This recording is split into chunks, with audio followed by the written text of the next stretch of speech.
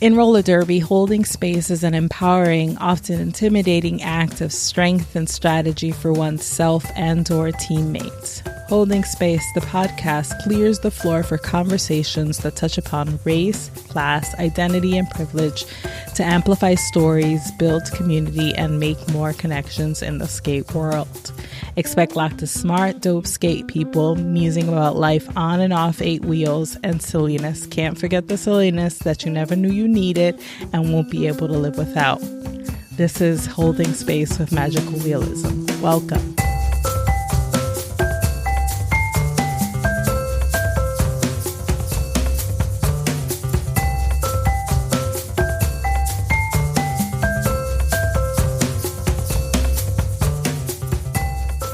What's up, y'all? Depending on when you hear this, you're either inundated in COVID-19, aka coronavirus pandemic news, preparation, and/or cancellations. Or you're hopefully listening to this from the COVID-19 free future, in which all of humanity has all safely recovered together with minimal loss. As I thought about what to say about these conversations on this episode and what they shared in common, I struggled a bit. They obviously share illustration and skating in common, as well as being BIPOC.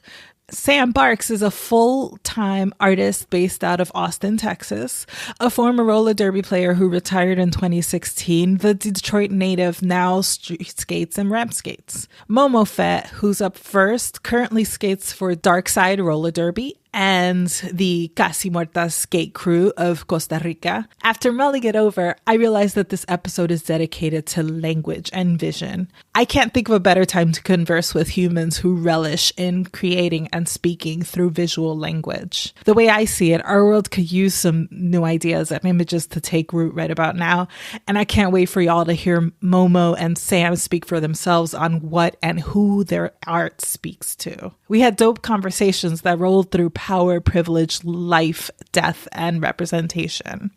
One last thing, I want to acknowledge and apologize for my own failure of language. At about minute 6, in asking about Darkside's open gender membership, I mistakenly said both genders rather than all genders.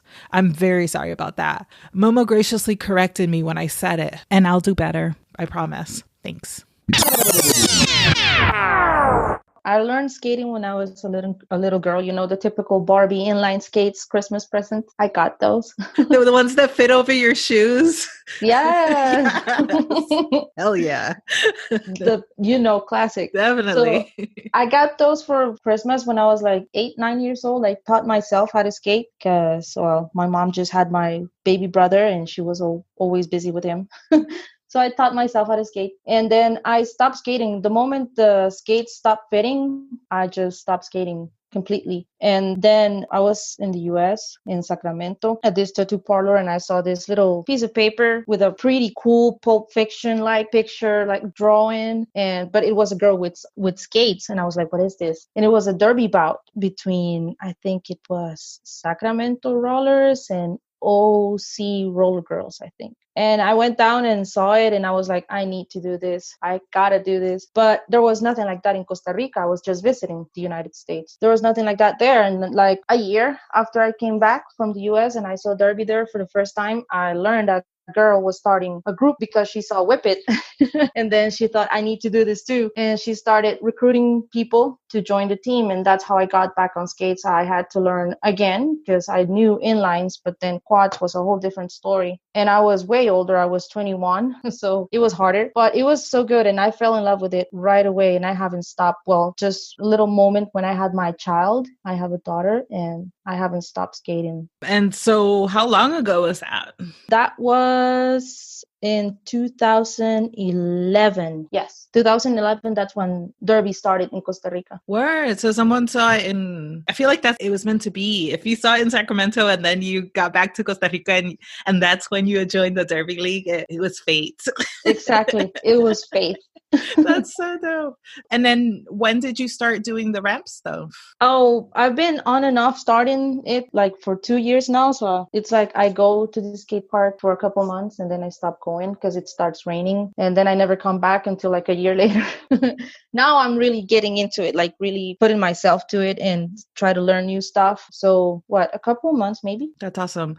If you could like sort of paint a picture of how big the skate scene is and like how much it's followed in Costa Rica. Well, skating generally, there is a big scene because we have roller rinks that have been around for 50 plus years, and there's a lot of people that go there, but it's mostly jam skating. Derby started, like I said, 2011 here, and it's been a bit difficult for it to actually grow because of, economic hardships, and then people have to work and they cannot prioritize training as much. So they just stopped going. At the moment, there are 4 or 5 teams only, and each has like 20, between 15 and 20 active skaters in them. But we're all super amateur, even though it's been around for a long time. We're really amateur. There's no tournaments, nothing. We just train and train and train, and then we scrimmage with each other, and then we have little games, but it's just for fun. That's awesome. I was looking at Darkside's Insta a few minutes ago, and it's both genders, yeah? Yes, it's all gender. It started as or an all all-female. Genders, I should say. Yes. Sorry. No worries. It started as a female league, but then guys started coming over and non-binary people. So it was like, you know what? Let's open it for everyone. Everyone's welcome to have fun. The environment is accepting of and embracing of gender diversity, it sounds like. It is, but I'm not sure, honestly, to be completely honest. I don't know if it's accepting or if it's more like an ignorance is bliss situation, because people are not that aware of gender and all that here. So it's not normal for people to ask you for your pronouns, for example. People just assume your gender the moment they see you. So we're starting to try to be more conscious about it. For example, changing our language while on practice, instead of addressing just girls, we try to use more neutral words. So yeah, we're trying to do that good work now. It's great. And it's a practice. It really is. Given how gendered Spanish is, that's probably not necessarily harder, but I feel like it's, I don't know, maybe not. Maybe it's not hard to break the custom or any harder or any more difficult, but I just, it seems like Spanish is so binary in that way. So binary that even stuff has gender. Like shoes have gender and chairs have a gender. So it's not difficult, but it's not easy either to break away from that. Especially when we have this little thing that we have. It's the RAE, La Real Academia Española. They define language. They define the Spanish language, and they are just completely against inclusive language. They say it's a crime against grammar. So a lot of people take that as a reality. They're so protective of it, yeah. Yes, and they use it as a weapon against inclusive language and all that. I think I also saw in your bio and also, or like on your site, that you've also played internationally, or because I know you were part of the Costa Rica World Cup, right? The team, the World Cup team. Is that what that's referring to, or have you had other experiences playing outside of Costa Rica? No, that's everything it's referring to. That's awesome. Other teammates, they have played outside, like they went to Brazil and Mexico, and they go and practice with teams there and scrimmage, and in the US too. But as for me, it's just the World Cup, which is huge. It's really big. Where is it mostly like concentrated? Around in the cities, or like where around in the country? Right in the middle of the country. Costa Rica is a really small country, and the most population is concentrated in the middle, in San Jose, Heredia, Alajuela, Cartago, which are like the cities. Cool. Quote unquote. Yeah. So it's mostly San Jose. Like most people who do derby live in San Jose, which is the capital city. And then a few of us live around it in other provinces, but really close by, like 1 hour away from each other. So it's all concentrated there.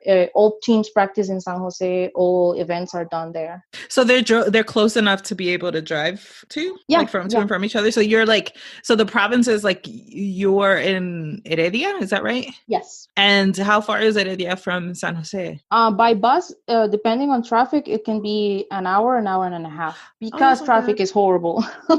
But it's a really small country. It's just the traffic. But yeah, it's really close by. What's the population? We're almost 5 million. You're almost 5 million. The entire population of Costa Rica. The whole country. It's really small. That's smaller than New York City. I know. It's like a small town in the US, right? Wow. Do you have family in the States? Is that what brought you to Sacramento, if you don't mind me asking? No, I don't have family there. I was just visiting, doing tourism and Oh, stuff. that's dope. That's Yeah. cool. Nice. What did you think? Well, I was mostly in California from south to the north, and I liked it a lot, especially like there's always something to do. Have you been back? No, my visa expired and I've been too lazy to renew it. That makes sense. I would be too. Because it's a lot of like it's a process, right? It's a really It's a big process. process and a half. You talked about Derby and Costa Rica being smaller and kind of like insular, and that you just, mainly scrimmage each other and that sort of thing. What would you say is one of like the strengths of that, Costa Rican roller derby? Well, we're a really small but close-knit community. Like teams collaborate with each other. We're trying to have at least one practice a month where all teams can come together and we can all share and have a good time and practice. So even though it's small, it's really close. So That's we awesome. really cooperate with each other. And if one team has a scrimmage and they don't have officials, then we'll go and help them officiate and vice versa. It's nice. And your practice space looked like it was indoors, is it? Yeah, we just moved to a new place. Is it a rink? Is it like a skating rink, or is it some other sort of space? Yeah, it's a skating rink. That's And cool. they let us use the only night they don't have any sessions. That's how you say it? Yeah, they let us use it. Oh, that's cool. And so all of the leagues practice, or just Darkside? Just Darkside for now because of a cooperation we're doing with the National Skating Federation. Of Costa Rica? So yeah, That is they are so helping cool. us. That sounds It so is. official. It is very official. I love it. I want a So patch. yeah. Do they have patches? Yeah, so we do skating workshops, and in exchange, they help us with renting the practice space for a while, and they helped us with some gear so we can have for people that came to the workshops, because a lot of people have skates, but not everybody has protection gear. Because what for? If you only go to the rink and dance, why would you have a mouth guard?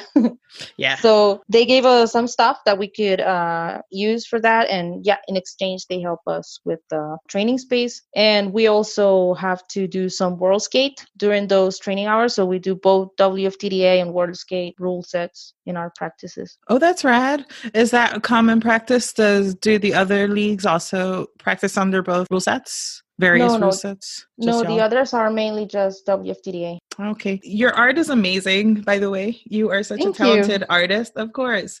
How would you say that your derby and your art are related or like influence each other, if they do? Well, mostly my art is people on skates, because I believe that you can do anything on skates. Whatever you do without skates, you can do it on your skates. That's So I awesome. try to depict as many people on skates as possible. And I don't know, I think Derby not Derby per se, but the Derby community has opened my mind so much in the last years. It's really influenced the way I see stuff and what I want to portray in my art. Because first, I've always done art, but before I just look for beautiful things and to make pretty faces and all that. And I'm breaking away from that. And I'm trying to be more political and a little bit harsher with my art. I want to make a statement with it, not just do something that looks pretty. Momo, were you the person who designed, it was like a Nazi getting punched or something? Yes, that's I did it. That was That me. was awesome. That was amazing. Yes, it's actually a picture of Dita, Mrs. Muertos. It's a picture of her doing a judo jump. I think that's the name of the trick. And then I thought, like, you know what? That skate will look perfect on a Nazi's face. And Oh, yeah, I just went with it. yeah, no. So that's definitely a very clear example of what you're talking about, being more political and more kind of, would you say confrontational, or like just more, I guess, in your face with your art? Or Yes, I don't know. That's definitely. I awesome. want to be confrontational because I want to make people think. And, I know it's a violent image with all the blood and the little tooth flying. But when you live in fear and seeing all the crap that's going around, not just in the US, but everywhere in the world with the far right and all this crazy bullshit, I'm sorry for the word, No, yeah. you'd be That's the too, word.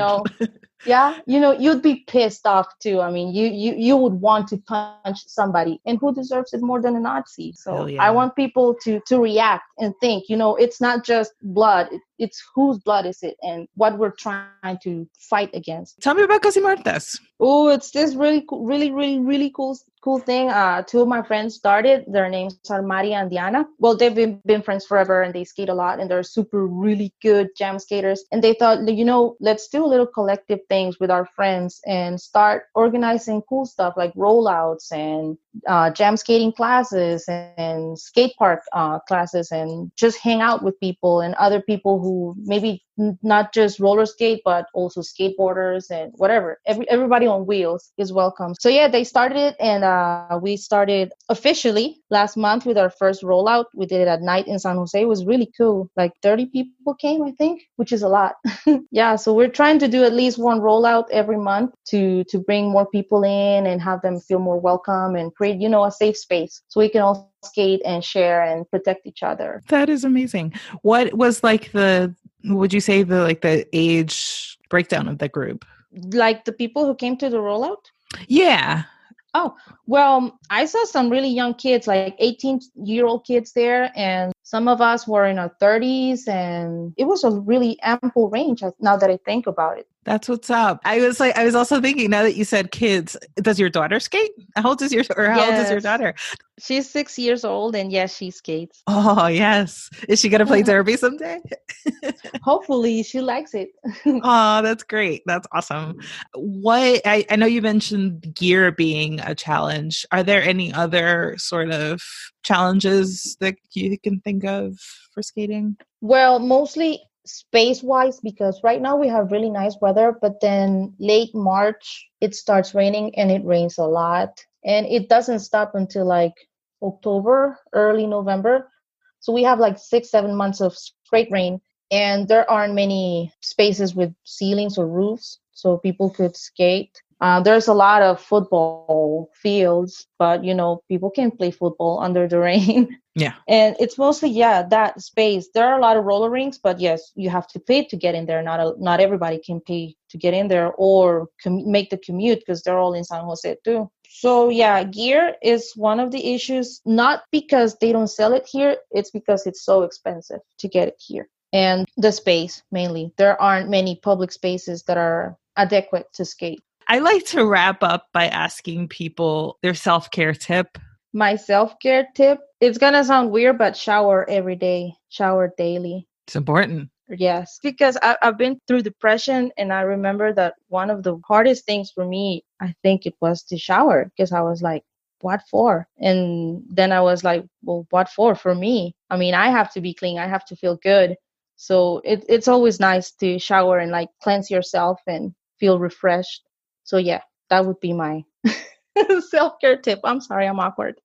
No, you're good. And that is such an important and crucial point. I'm glad you brought that up, because when you go through like depressive moods, and I'm sorry if you hear my cat, going through them myself on occasion, just that action of showering is definitely crucial and can turn a page sometimes. It's Yes. those like, those basics, those like really like minimum sort of things that we so often take it for granted can really can be the start of a new moment. Yes, definitely. Totally. can help clear the clouds. No, so I get that. Thank you. And so my next question is, what would you like to hold space for? And so it could be like an issue. It can be like anything. It's like kind of like a free space. So if there's something that you want to unload off your minds, go for it. I want the derby community to rethink and face its white privilege, because being here, you notice the differences, the huge differences, and especially going to the World Cup, the whole team got in debt to go there, the whole team. Some of us are still paying that debt just to go for 4 days.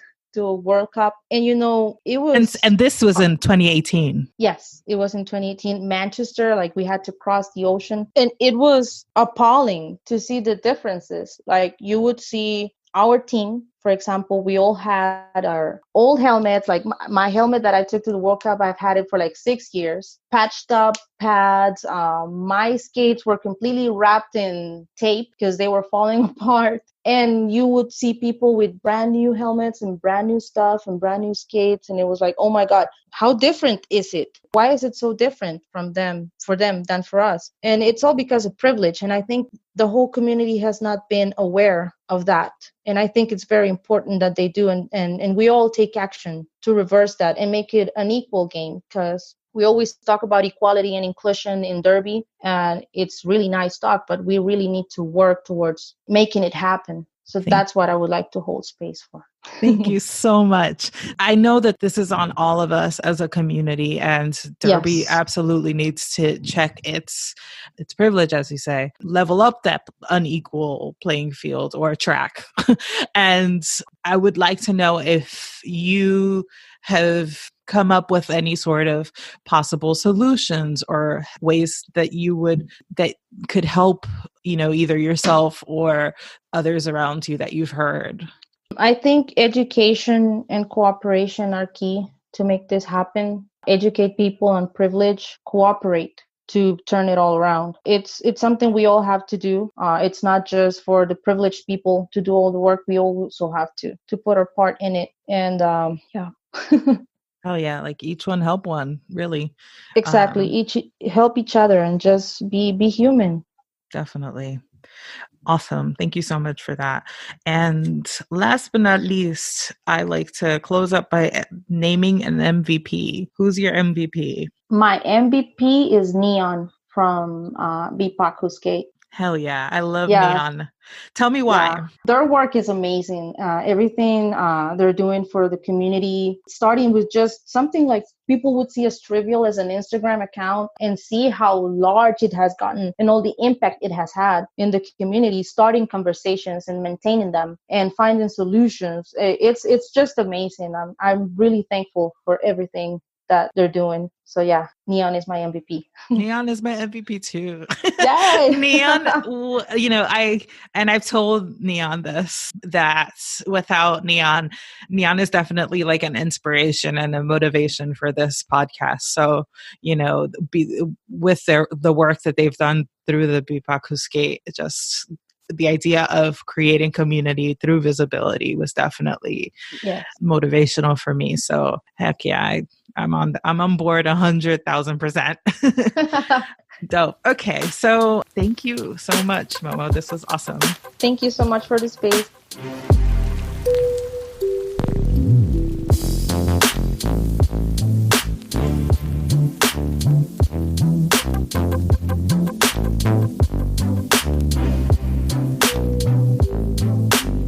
I played sports and was coming back off of injury when I moved to Houston. I had knee surgery for ACL. And one of my friends I had a smart car. So I was in a car club and she took me to Houston Roller Derby's derby practice. And I was like, this is awesome. And she's like, you should join. And I was like, sure, why not? And I joined and I loved it because I've always been active. And I was like, I get to hit people, but I didn't know how to skate. I didn't know how to skate at all. So the aggression drew you to it. What was the sport that you played? I played basketball and I played football. Like played intramural. I played intramural football with guys with no pads. Like, what was your position in football and in basketball? In basketball, I was a shooting guard, and in football, I was a center. So I like to be right up in it. You do. Yeah, not afraid to be right up in it. Not afraid to get close. Which is why I hurt myself. So it was an ACL injury and a knee injury, and you decided to rehab with roller derby, or just stay active in roller derby? Yeah, just stay active. I rehabbed just a year on my own after the surgery, and then I was just like, I just can't sit still. And I knew I wasn't like super great at basketball. I was good, but I was like, I'm not gonna be on anybody's WNBA team or anything. And I wasn't going to keep playing it recreationally. So I was like, I need to do something. How old were you? That was 2010. I am going to be 42 in a couple months. So 32, 33. Yeah. Word. And so what years were you actively skating as a roller derby player? I started rec league and like immediately after I moved to Houston. So 2011, I started rec league and I retired in 2016 when I moved to Austin. So backtrack a little bit. What brought you to Texas? Because you're from Detroit, right? You're from the D. Yeah. Yeah, I am. Yeah. My career brought me to Texas. I went to school in Pittsburgh to get my degrees in art and computer animation and media arts and animation. And I moved to Miami after Pittsburgh and stayed in Miami for about 6 years. And I was just looking for a new job because Miami was hella expensive. And that's when like everything was stupid expensive. So I was like, well, let me just throw some stuff out there and see what happens. And I applied to a random job in Houston and they hired me and moved me out to Houston really quickly. What took you to Austin where you currently are? Same thing. Like my job in Houston had layoffs because I worked in the oil and gas industry. And when that stuff like went splat, of course, Houston was hit and our company was affected. So they laid me off and my partner, Ed, lived in Austin and I lived in Houston. We were commuting back and forth between Austin and Houston. So when I got laid off, I was like, well, there's no point in us having two different households and commuting back and forth and paying rent, and it was just a hassle. So I decided just to move to Austin and make that a lot easier on both of us. Why did you decide to retire in Houston and didn't continue roller skating or playing roller derby in Austin? I wanted to try my art full time. I figured being laid off is probably the best time to try a career change if you're going to try it. So I was like, either I do or die. Either I do it now or I'm never going to actually try to do my art. And I hadn't really been doing anything with my art outside of working in the 3D sector. And that wasn't any of my traditional illustration and the graphics and mural work and stuff that I'm doing now. I wasn't doing any of that. I was just doing technical 3D design. And I was like, if I don't try this now, then, I probably won't ever try it. So I decided to retire from Derby because Derby took way more time than I wanted to dedicate to that. I was like, it's either do my art or do Derby, but I couldn't do both. So retirement it was. What was your experience while you were a Derby skater? Oh, that varies widely. I know. I'm sure. It varies widely. I don't know, because I started when we still had the old rule set of 2 whistle starts and people taking a knee, and the Derby world was still had not shifted to the short shift that we have now of holding people accountable for things like racism and all that within leagues. People were doing stuff and weren't being checked about it, and leagues didn't have the back of skaters of color or queer skaters. Like none of that was really talked about when issues would pop up. But I had fun. I had fun in my Derby career because when I started, I had no idea that Derby was even a thing or that people still roller skated. So I don't know, my Houston league, they taught me how to skate. I met some great people, still have friends to this day because of roller derby, and always will be a part of roller derby even if I'm not skating. I'm never going back to roller derby as a skater, but I will always skate, street skate, and park skating is what I do now. But yeah, it was a really good experience starting off. No, not saying it ended horribly. I liked it at first. I just got really burnt out really quickly. And like going back to the conversation that you started on Twitter, yeah, I got burned out real quick. Tell me about that. Yeah. So, okay, for people who don't follow me on Twitter, I guess the beginning of a season and that always has people posting retirements, notices, farewells. And I realized that there are at least 2 different types of retirement posts. There's a resignation letter, let's be real, and there's a goodbye post, and one is definitely a lot more like angsty than the other. And so that got me thinking, because I feel like, I don't know, I think that a lot of people are maybe opting for ramp skating and outdoor skating because has a lot less overhead, a lot less structure. And I don't say that people genuinely, like, they have responsibility lives and it's time for people to move on. But I also feel like there's a growing section of people who were ex-derby skaters who have just kind of left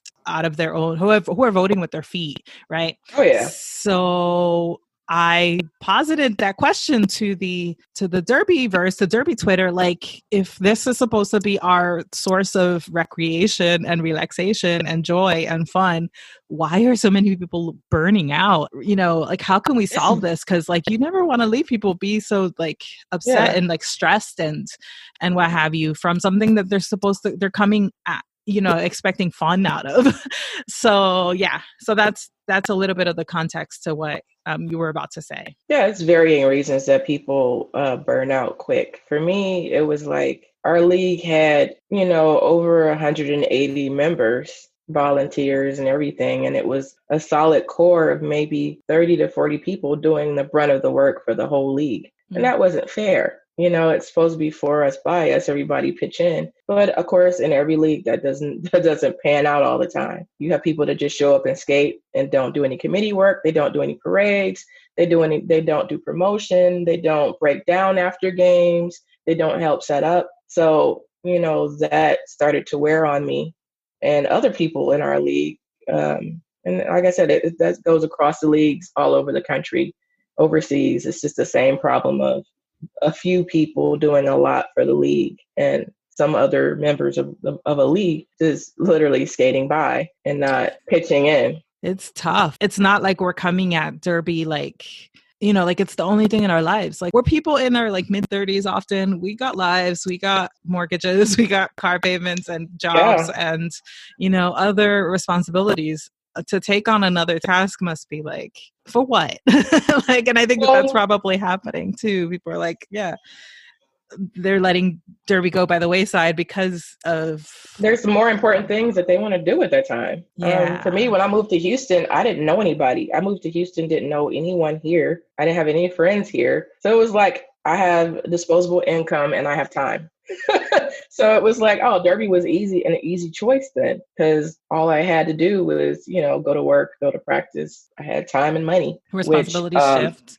Yeah. Right. Yeah. So over time, you get more bills, you get more responsibilities, you get more interests. And me wanting to pick up my art business was definitely a catalyst in me reevaluating, hey, do I want to keep staying in Derby? Oh, it's becoming a chore for me to go to practice now. Do I really want to be that person in practice bitching about everything?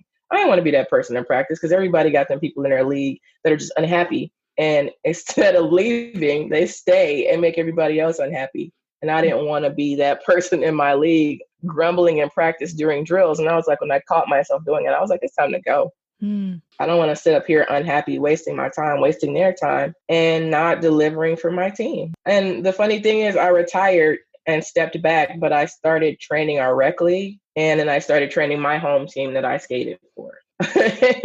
So I was kind of retired and not retired because I was still skating with rec league and training my home team and coaching my home team. How did that pan out for you? How did that work? That was cool. Our team finally won a championship in our league, and we went on to win, I think, 2 more after that. Because our team was the 4th team and the newest team in our league. So we were like the Bad News Bears for our first 2 seasons. And it was cool to, you know, still be a part of the team when we won our first championship. I feel like you, like, are folks who've retired for some time now, who've been retired for some seasons now, but have been able to maintain their involvement within the parts of Derby that they've gotten the most enjoyment out of. Would you say that's accurate? Oh, yeah. What kind of advice would you have for people who want to make that shift? Because I know that some people have affection for certain parts of Derby and want to continue to be, you know, active, but don't want to give their whole lives either. So what would you suggest? Like, some people will try their hand at announcing. Some people try their hand at being NSOs or just volunteering. For me, stepping back, even though I was still coaching, doing rec league was actually really cool for me because it was like you're catching people as they're just starting to love the sport. So for me, training roller derby, like L1s, L2s, L3s, and seeing people go through the ranks and then go on to try out for home teams. That was cool as hell because you get people before they get jaded. You get people before they get disgruntled and worn down, and not saying that's the case for everybody, but you catch people right when they're falling in love with it. And that's probably the best time to start interacting with those skaters, to let them know, you know, it's not all doom and gloom. You don't always burn out, and just to see people learn and to learn with them, because I was still learning new stuff and the rule sets were changing. Like, I don't even know what the rule sets changes are now. I haven't even looked at them since I retired. But yeah, training rec league after I left active play was pretty cool. Just picking and choosing what you want from Derby. It's like somebody said on your Twitter feed, it's voluntary. You don't have to do this. You don't have to give your money. You don't have to give your time. You don't have to give of your body, because that is another thing. Wear and tear on your body. You don't have to do whatever you want to do. It's a voluntary sport. You can pick and choose what you want out of it. You don't have to be elbow deep in it all the time. As far as your art, can you talk more about that career shift that you made happen? Like, what is your, not to be like all in your business, but I'm trying to get all in your business, your art business. Yeah. I'm trying to like, you're a full-time artist now? I mean, I was before. I was just working as a 3D technical artist. That's what I went to school for. I still do that sometimes, but not as much. So getting laid off from a regular 9-to-5, I took on creating what is now Mixed Hues, which is just me basically branding my art and being a freelance and contract artist. So I will work with other companies to do art outside of people just freelance asking me for commission work and doing shows locally and nationally. I'm an illustrator, and now I'm stepping into public art through city programs to do mural work, which is something I've always wanted to do. I would love to just step into publication art, but pretty much whatever projects that I find that I want to get into is kind of what I do, not like day to day. And I also work part-time at a laser cutting studio here in Austin. So I kind of split my time between that and doing illustration work for Frogmouth. Is that where all that dope woodworking stuff comes from? Yeah. That's awesome. I work at a laser studio, so like we get to work with acrylic and wood and leather and different fabrics and all kinds of different materials. So definitely, yeah. So I split my time between that, and other than that, I work from home. That's the only commitment that I have outside of the house is the laser studio. Other than that, everything is here in my home studio. If you could tell us some of the personal like stuff that you are working on or want to work on when you have a minute, when you catch your breath. This is a silly personal project. I want to do a project called Thelma a Day. So it's like if anybody knows me, they know I love good times like nobody's business. So because Thelma's outfits were the shit. Every outfit for the Evans family that had been so damn poor, Thelma was always on point. Her hair was always nice. Her outfits were always nice. So one of my personal projects, I want to do Thelma a Day. I want to catalog every outfit she wore in every episode in that whole series of Good Times. And I want to draw them out, fashion illustration style. And I don't know what I'll do with it. Maybe I'll make a book of it or something. I don't know. I just want to draw them. That's dope. You should put them on t-shirts. I bet. No? I just want to draw. I want to draw them, and maybe I'll actually sew some of the outfits. I don't know, but her outfits were bomb. Yeah, it's just one of my fun projects. Well, how do you describe your art style? I don't know. I've had it described as like graffiti mixed with realism. Actually, the best thing I can say, like the artwork from Good Times was done by Ernie Barnes. And he's definitely a heavy influence on like how I draw forced perspective and elongated bodies and forms. But I don't know, I guess it would be like a graffiti style was kind of like a realism to it. I'm not a graffiti artist by any realm or any stretch, but that's how I've heard it described. I don't know what my style is. But you also have like comic and horror mixed in there too, right? Mm-hmm. Yeah, that's just the stuff that I like. Like I love horror movies, so that'll always be a part of it. And like when I don't know what niche I fit into or what category I fit into because I paint and draw what I like. So it'll be like a mixture of skating, horror, and comic art. And people are like, "What is this?" I don't know. I just draw what I like. Yeah, I'm trying to think of her name. Oh my goodness. She's like an African American artist, and she made like this sculpture out of sugar of a of a sleeve, but like, Oh yeah, I know what you're talking about. She had a big exhibit a couple years yeah, ago in New York and in Williamsburg, and I feel like some of Kara your Walker. Kara Walker. I feel like I feel like when some of your the women skaters that you've made kind of reminds me of a bit of her work too. But yeah, I don't know. I don't know if I have a set style. Like I can't say I'm a contemporary or I don't know. Like I don't think I fall into normal art categories, which just makes that hard for me to, I guess, average like market myself. and it shifts, right? Doesn't your perspective and your influence and your style shift over time? Have you found? For me, no. It kind of stays around the same thing as far as how I draw everything. The look has grown and gotten refined, but how I draw my artwork has pretty much stays the same. Now, I'm not saying it's not going to shift because Well, is it like, and by that you mean, do you have like a specific procedure or like process that you make?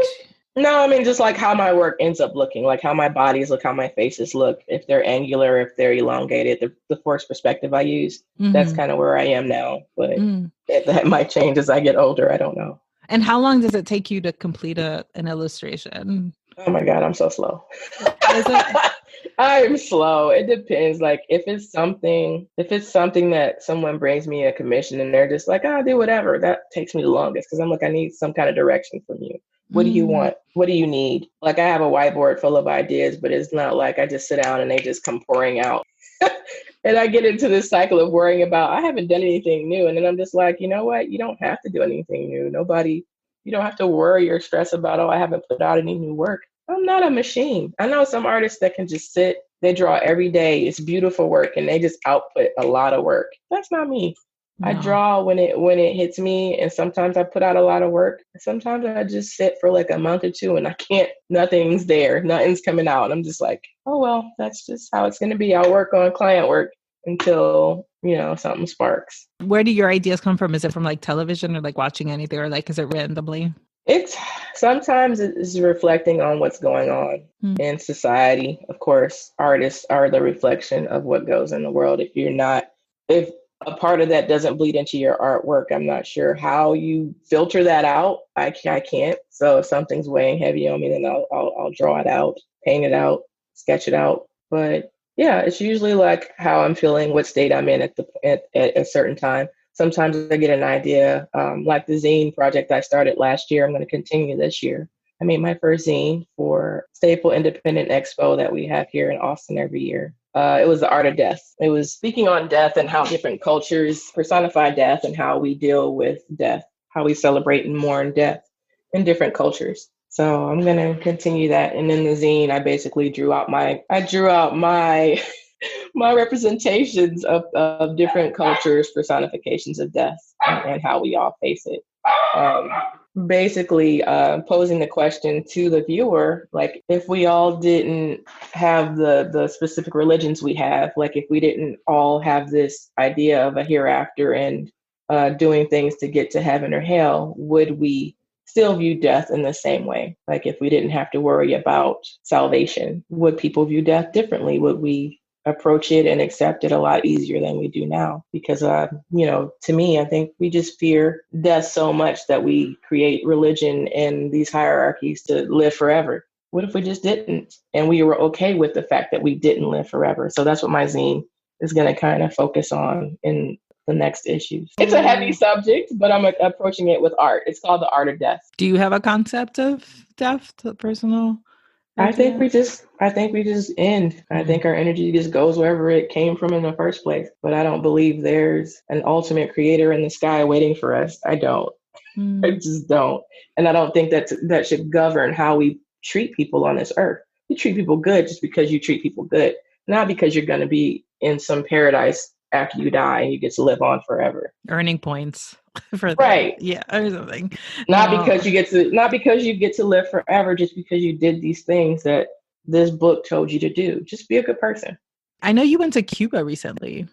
I How was that? did. And what was the purpose of your trip to Cuba? Don't worry, the Actually, CIA is not listening. no.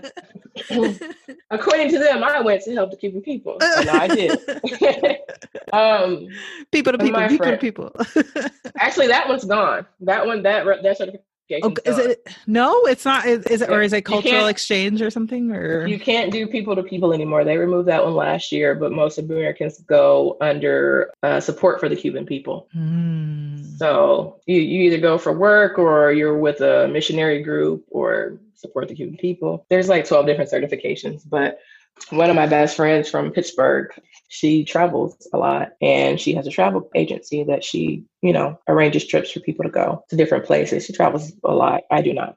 But she asked me if I wanted to go there for Thanksgiving. So I was like, can we go there? And then she broke it down. Yes, we can. They just don't want you to go there and do things that support the Cuban government. They want you to go there to support the people. Like, it's stupid that our governments, of course, the people always suffer when the governments don't get along. And the people there suffer because their government and our government is not getting along. I figured if I was going, I'm not just going to go just to have fun. So I looked up Cuban Missile when remember she did the skate all the way to the Keys, to Key West, and raise money. So I asked her what group was she raising money for. And she told me about the group that she was raising money for. And I was like, oh, can you get me in contact with them? Because I would like to bring some stuff with me to donate, get there. So she gave me the information to her connection there so I could gather equipment. And it was really last minute. And I was like, I don't know if anybody's going to donate. A lot of people did. They came through. Everybody was like, I have wheels, I have skate boots, I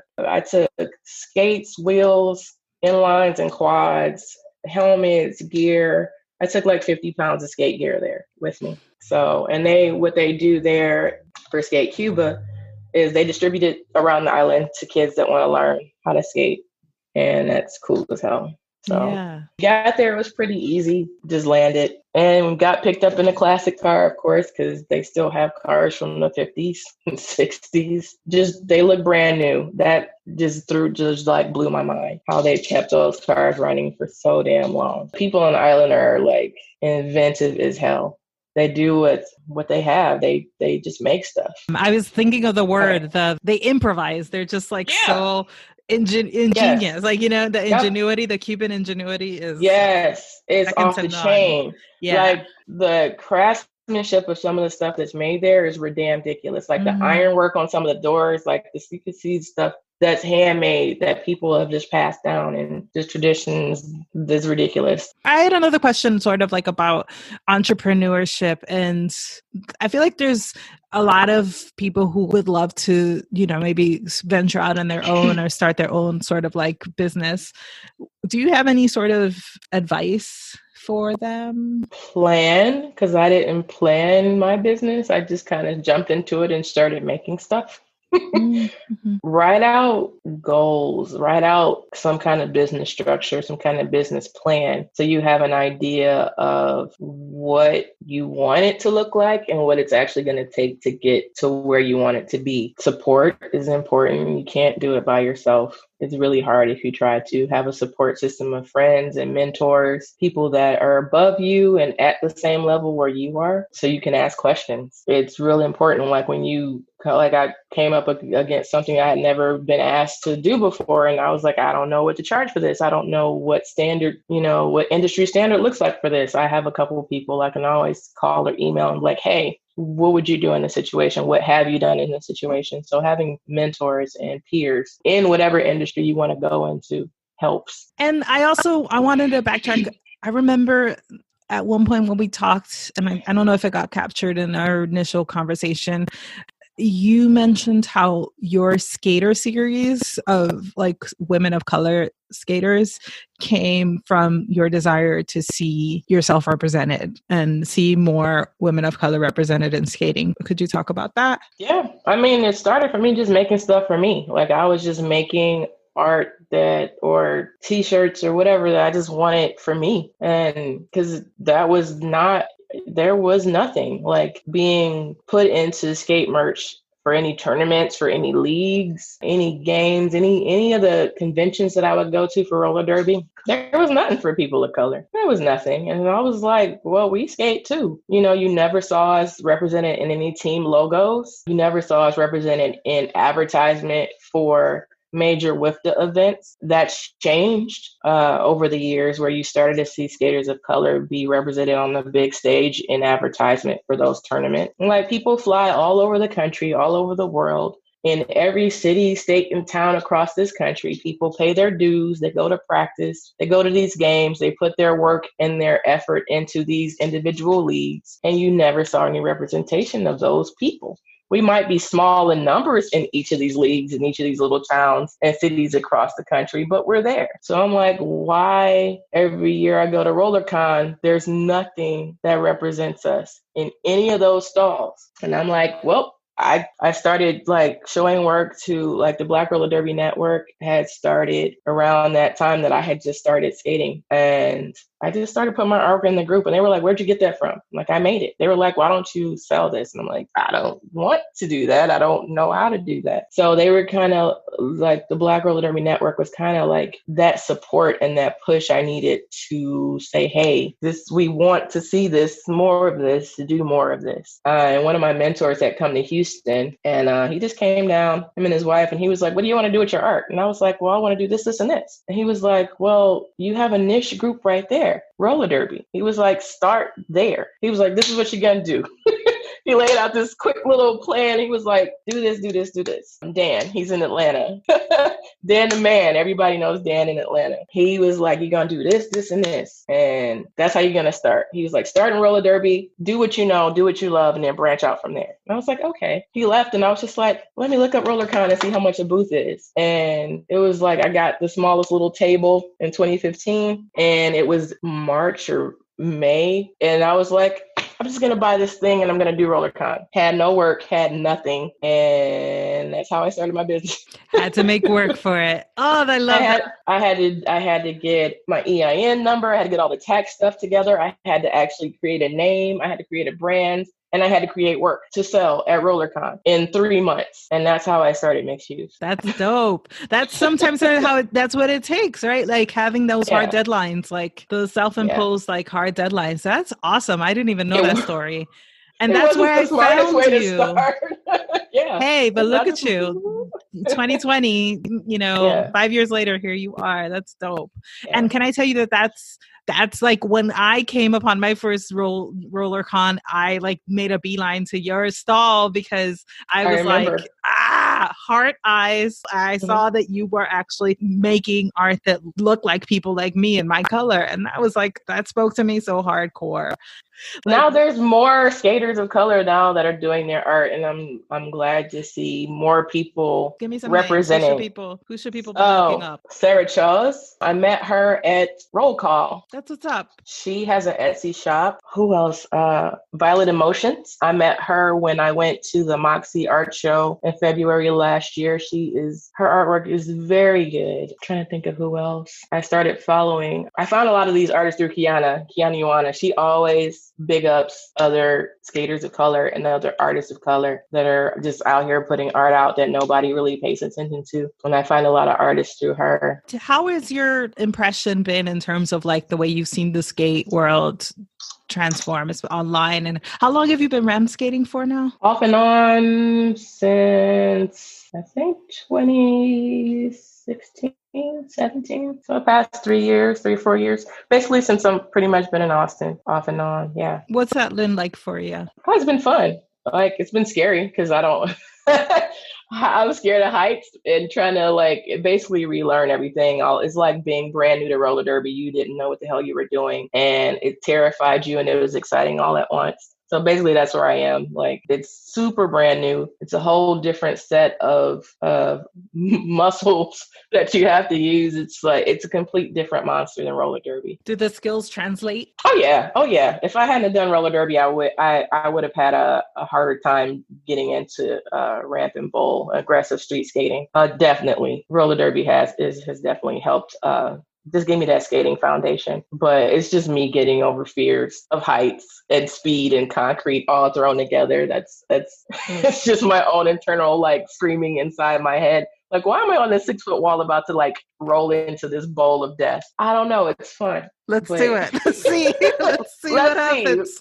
Let's see if I don't die. I haven't died. I've scraped a whole bunch of skin off myself, but it'll grow back. Knock on wood. I'm okay with skin scrapes. It's bone breaks I don't want to do. Good. But something new and exciting, like that kind of excitement I had when I started roller derby. Dope.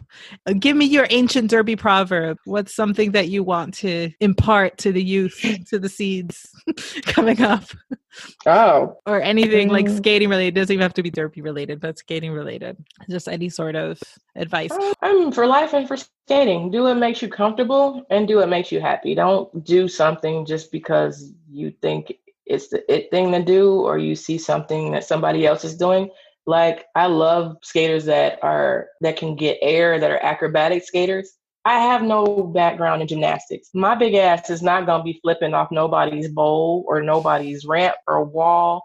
I might not ever get air or be aerial, but I'm not going to be down about it. I can do other stuff that other skaters can't do. But do what's comfortable to you. Do what makes you happy. Don't do it just because you feel like, oh, the Chicks and Bowls trick of the month is this. I have to do this. If you can't do it, you can't do it. Try something different. Try something until you get close to that. Try something until you get it. But if that's something that you're not comfortable with, don't force yourself to do it because that's when you'll get hurt. Not saying not to try things and not to try to get out of your comfort zone, but I can't backflip into the bowl. I'd be stupid to try that because right now I can't do that. I'm not even interested in trying to backflip into the bowl or something like that. I'm just trying to learn how to carve and drop in and handle myself in the bowl. Maybe later I will be if I get the nerve up to try it, but try things at different stages in your comfort zone. In life and in skating. I mean, people don't force it if you don't feel comfortable doing it. Okay. What should we be holding space for? Hold space for yourself and for people that care about you and that you care about. Don't hold space for people that don't show the same amount of care that you give out. Yeah. Give me a self-care tip. Learn to love naps. Nice. Learn to love a good nap, and I have a hard time doing this myself. Learn to be still. You don't always have to be up doing something, and I find myself making something to do when I could just relax. Not all the time, but yeah, learn to be still. Your MVP. Ed's my MVP. Yes. Okay. Yeah. Dope. Mad support. Great. Yep, mad support system. Yeah. Dope. Ed is your partner. Yeah. The other half of Mixed Hues. Yep. Yup. Awesome. Well, thank you so much, Sam. Really appreciate it. All right, folks, well, there you have it. Holding Space with Magical Realism is available on Apple, Spotify, Google Play, and YouTube. Help the pod grow by subscribing and sharing it with friends. Rating and reviewing on Apple Podcasts also helps others find us. Follow the pod on Instagram at Holding Space with Magic Pod. Intro and outro music is by Sun Searcher. The song is called Latin Rhythm, and the cover photo is by James Corbett of Epic Life Images. Find him at Epic Life Images on Instagram. See you next time. Bye.